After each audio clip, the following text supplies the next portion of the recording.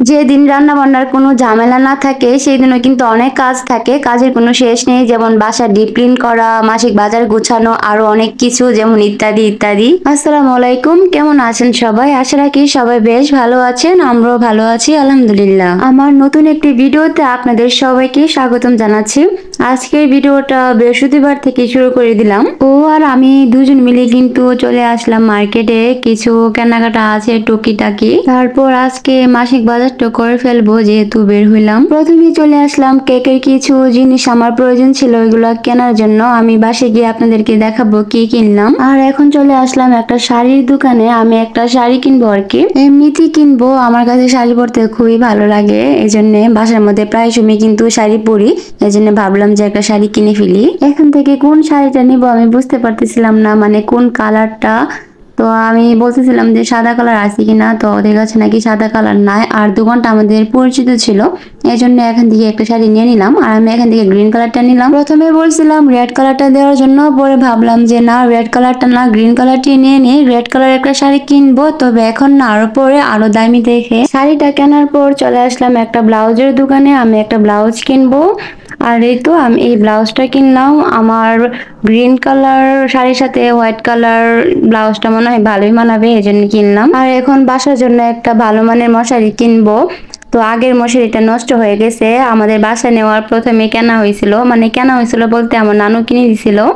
তো অনেকদিন তো হয়ে গেছে, তো ওই মশারিটা নষ্ট হয়ে গেছে, এজন্য একটা মশারি কিনতে হবে। মশারিটা কেনার পর ওর জন্য একটা তোয়ালে কিনলাম, মানে টাওয়েলটা ওর প্রয়োজন ছিল, তবে ও কিনতেছিল না, আমি ওকে কিনে দিচ্ছিলাম আর কি। বলতেছিল না একটা কিনে ফেলো। আগের টাওয়ালটা ওর নষ্ট হয়ে গেছে, এই টাওয়ালটা আমাদের বিয়েতে ওকে দেওয়া হয়েছিল আর কি, গায়ে হলুদে। লুঙ্গি, তারপর টাওয়েল, গেঞ্জি, এগুলো আম্মা কিনে দিয়েছিল। তো যাই হোক, এখন আমরা সবকিছু কেনাকাটা করে বাসে চলে আসলাম। আমরা কেনাকাটা করতে করতে কিন্তু অনেক রাত হয়ে গেছিল। তারপর আমরা মাসিক বাজারটা করে বাসে চলে আসছি। আর মাসিক বাজার করার সময় ভিডিও করা হয় নাই। তো এই তো বাসায় আসার পর এখন আমি কি কি কিনলাম আপনাদেরকে দেখিয়ে দিই। আমি এই শাড়িটা কিনছি। শাড়ির কালারটা খুব গাঢ় ছিল আর কি, সবুজের মধ্যে একবারে গাঢ় কালারটা আমার কাছে ভালোই লাগছে। যে বা যারা আমার ব্লগটি দেখছেন, প্লিজ একটি লাইক দিয়ে দিবেন। আপনাদের একটি লাইক আমার ভিডিওটি অনেকের কাছে পৌঁছাতে সাহায্য করবে। আর এই তো এই ব্লাউজটা কিন্তু কেনা হয়েছে, এই ব্লাউজটা ছিল ফ্রি সাইজ আর কি। তো এটা মানে মোটা মানুষেরও লাগবে, শুকনো মানুষেরও লাগবে, আবার স্বাভাবিক যারা তাদেরও লাগবে আর কি। তো এটা ছিল এম সাইজ। ব্লাউজটা ছিল গেঞ্জি কাপড়ের মধ্যে, এজন্য সবাই পরতে পারবে। আর এই তো এই টাওয়ালটা কেনা হয়েছে। জীবনে চলার পথে আমাদের অনেক কিছুর কিন্তু প্রয়োজন হয়, প্রতিনিয়ত ওইটা নাই ওইটা নাই, অনেক কিছুর দরকার লাগে।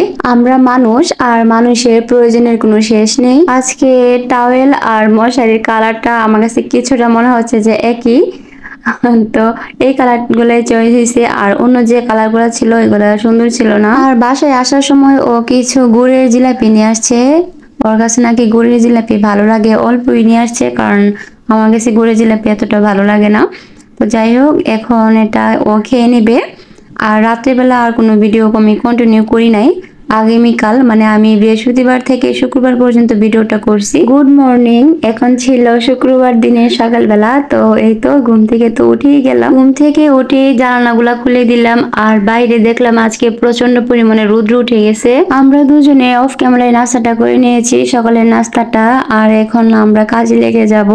আজকে আমার এই র্যাকটা ধুয়ে দিব। যাদের এই র্যাকটা আছে তারা হয়তো বা জানেন, এই র্যাকটা কিন্তু প্রচুর পরিমাণে ময়লা হয়, আর যেহেতু কিচেনের সাথে রাখা হয়েছে এই জন্য কিন্তু মানে তেল চিটচিটে একটা লেগেই যায়। এটা এই জন্য কয়েকদিন পর পর কিন্তু সবকিছু নামিয়ে তারপর ক্লিন করা লাগে। আর এমনিতে কিন্তু প্রতিনিয়ত কাজ করার পর কিন্তু বা কিছু রাখার পর কিন্তু মুছি, তাও কাজ হয় না। আজকে যেহেতু ফ্রাইডে, ও তো বাসায় ছিল, এই জন্য আমার হাজবেন্ড এই র্যাকটা ধুয়ে দিছে। আর কিছু কাপড় ছিল আমি ভিজিয়ে রাখছিলাম, তো এগুলা ধুয়ে দিছিল আর কি। তো যাই হোক, এই র্যাকটা আবার আমি ধুইতে পারি না, তো ও আবার অনেক সুন্দর করে ধুয়ে দিই। আমি কাপড়গুলা ছাদে ছড়িয়ে দিয়ে আসছি, আর র্যাকটাকে বারান্দায় রেখে আসছি পানিটা ঝরার জন্য।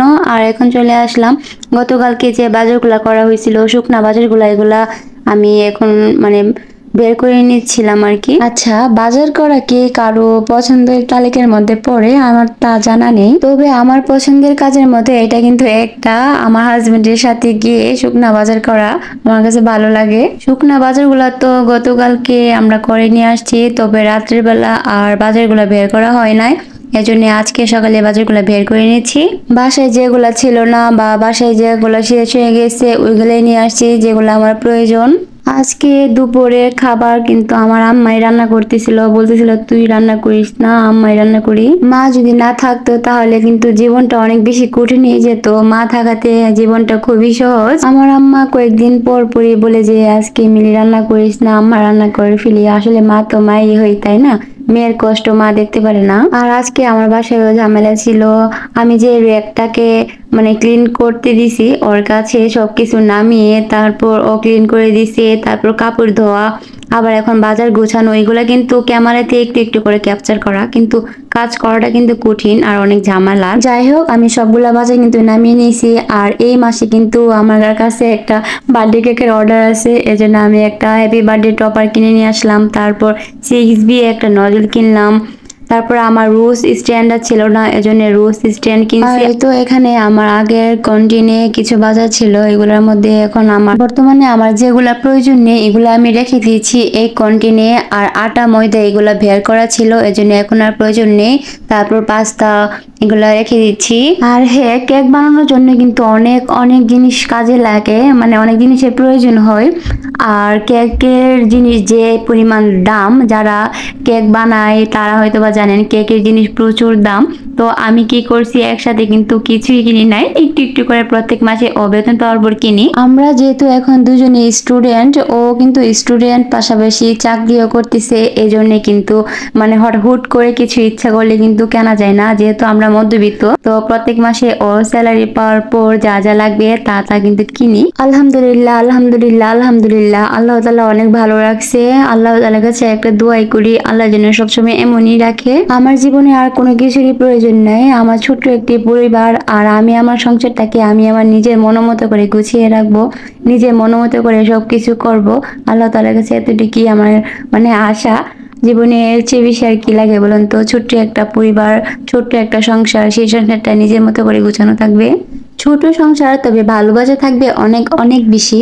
আমি মাঝে মধ্যে ভাবি, আল্লাহ আমি যদি মরে যাই, আমার একটু একটু একটু একটু করে আমার সংসারটা গোছানো, সংসারের প্রত্যেকটা মানে কোনায় প্রত্যেকটা জিনিস আমার মানে পছন্দের কেনা, আমার হাতে গোছানো।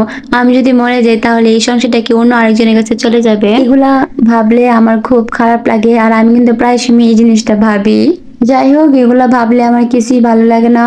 আর এই তো এখানে আমি বাজারগুলাকে রিভিউ করে নিয়েছি। আমার কাছে না কাঁচের জার এত ভালো লাগে, আর আমার কাছে কিন্তু কাঁচের জার অনেকগুলা আছে।